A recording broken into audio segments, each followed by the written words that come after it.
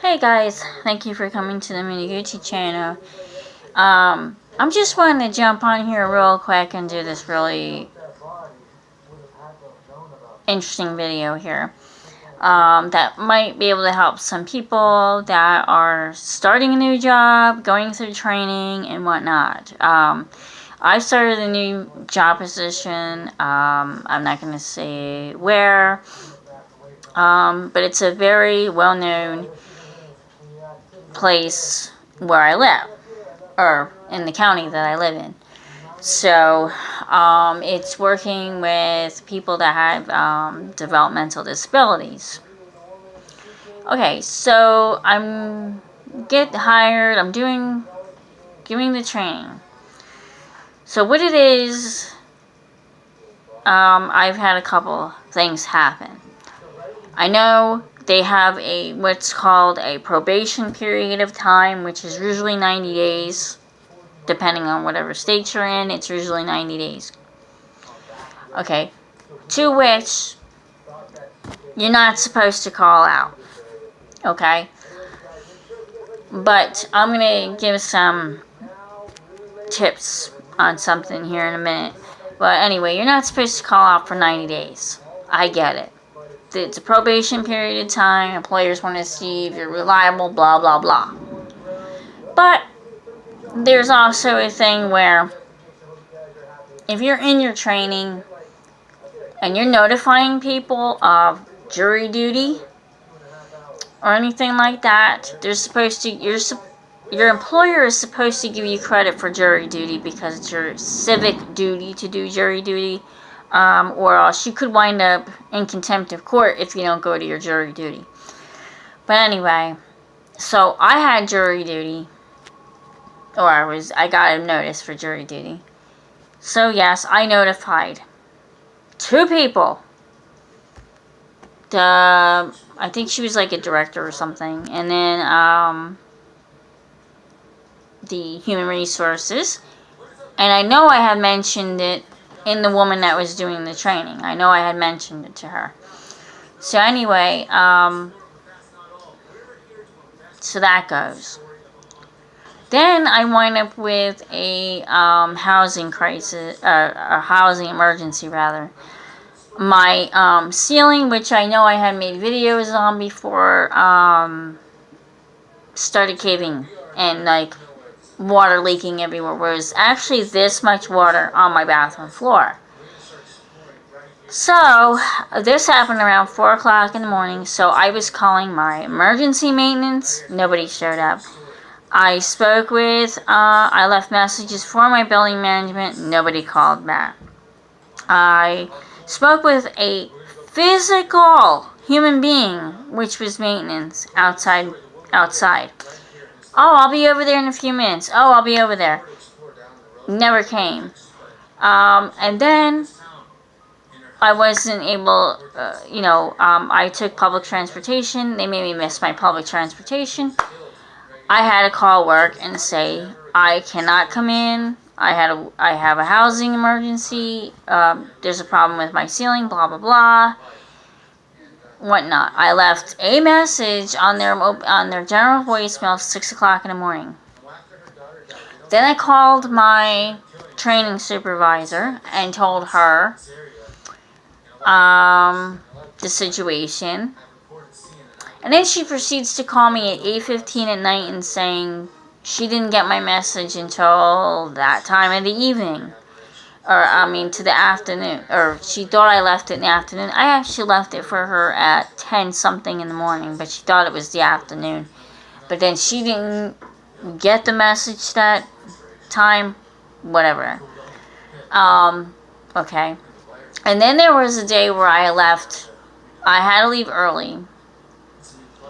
To do something, and then they said that was fine, but I would be missing a good important portion of the training. But then I came back and then took that training and got through that training. Then let's see. Then anyway, she calls me back and she says,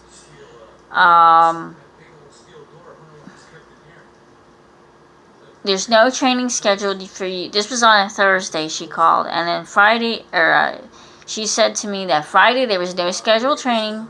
She didn't have anybody to work with me on training. To come in. Okay. So I did not go in. And so Monday they were closed for Memorial Day. So then I went on to, and then she said to come Tuesday. Or does Tuesday work for you? And I, quote unquote, thought it was for training. So then I go Tuesday, I go all the way over there. So I'm sitting there, I'm doing one of my trainings. And then she comes and she says, can I talk to you? So I go back in the office. And she said, as we're walking, she turns and says, did anybody call you to schedule you? And I'm like, you told me if Tuesday worked to come in. And I assumed it was for training. I did not realize, and you weren't very, and she wasn't very clear that I was supposed to be scheduled for a training. Also neglected to tell me that I was supposed to actually go to the location that she gave me an address for, because the job is that you go to their main headquarters, and then you go to another location. That's where your clients are, or wherever you're doing. So your assignment. And so she, before this, she gave me an address, and I had to work out transportation, so that was fine. Didn't really tell me to go to the address. That's why you need to be scheduled for training, because you're supposed to go to the address, apparently. Which I've had to go through 3 people. The third person was able to clarify this information for me on that aspect. That you're supposed to do training, and then you're supposed to go to a location. So I'm thinking to myself, well, when she was questioning me, I'm saying, first of all, you told me I wasn't scheduled for training Friday. Then you said, or actually last Monday, you said, she said, I told her jury duty, and she said, I'm sorry. The first person told me not to come in. Then the second person told me to come in. And then I said, well, I have personal clients. But then again, I told them way ahead of time I had jury duty. So I don't know if she forgot, but I did mention it with the other woman in the room that was doing the training. So,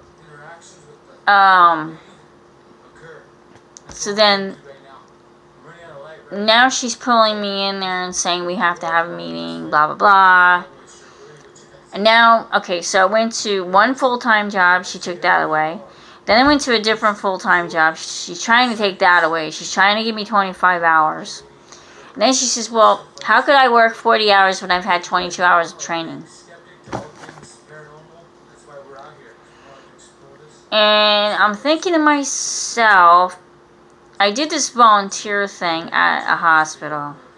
And I'm like, okay, if I could sit there for 9 to 3:30 or 9:30 to 3:30, that's all day, 5 days a week. I think that's 40 hours. And then she says, well, you're supposed to go to a house and do this, or whatever it is, or the location, blah, blah. So I'm like, okay, well, if you would have clarified that from the beginning, or from whatever, that would be great, you know. So I literally had to call 3 people. I got 2 voicemails, and 1 person picked up the phone. And they're the ones that are in charge of the locations. So they said, yes, when you do that, you're supposed to go do this other thing. So, did all that. Okay. So, if you told me When you gave me, if the person told me when they gave me the address that I needed to go to the location, I would have went there. I would have not stayed home thinking that I had to wait for training. So this, I know it ran into a story time. Kind of a rant, kind of a story time. But I just wanted to give an example to people. Make sure when you are hired at a job, you know who your supervisors are. Write their names down, who the supervisors are. Because you could be in retail, you can be in the office and have 5 million different supervisors, managers. A big retailer is Walmart. Walmart, you will have many managers, you will have many supervisors. So make sure you know who your direct supervisor is, who your store manager is, and who your direct department manager is, or else you're going to get stuff from this person, stuff from that person, blah, blah, blah. Also keep in mind when you're in training, everybody learns differently. And if you're a person, okay, so their training is on the computer, and then you go to a location. That's where your hands-on stuff is. But if you are a bad test taker, keep in mind, if you're a bad test taker, they're going to tell you you're behind because you're taking it. But then they tell you, oh, you could take it more than one time. So sometimes it might take 2 times, it might take 3 times to get through a training. Then she's telling this other lady, take your time, don't worry about it, take your time. So why is she being told to take her time, but I'm supposed to just get all through this? I'm going to be honest and say I'm a horrible, horrible test taker. I have to write things out. I have to study them, or what I'm better at, like open book tests. I'm better at lectures. Stuff. A lot of stuff is visual. I do suffer from. I do have a frontal lobe head injury from years ago, so I have different things that I have to do to learn things, okay? It's called cognitive stuff. I have to have cognitive therapy for my college stuff. So basically it's a college course, but it's online. It's their part of their training. But if you are a horrible test taker, or if you get nervous, you're going to have to take it more than once. And another thing that's prevalent here is they're a service that works with developmental disabilities.